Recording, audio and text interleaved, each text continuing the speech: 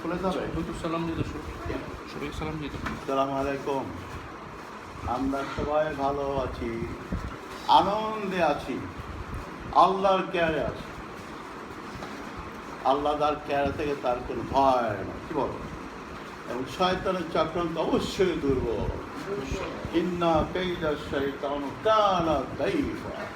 ইনশাআল্লাহ শয়তান পরাজিত হইবে, আল্লাহ বিজয়ী হবে ইনশাআল্লাহ। নিঃসন্দেহে ইবলিসের চক্রান্ত আল্লাহ বাংলাদেশকে মুশরিকদের গোলাম করে দেবেন না ইনশাআল্লাহ। আল্লাহ আমাদের পরীক্ষা করছেন, হাত্তা জুলজুল হাত্তা ইয়াকুল রাসূলা মাতা নাসরুল্লাহ আলা ইন্না নাসরুল্লাহ কারীব।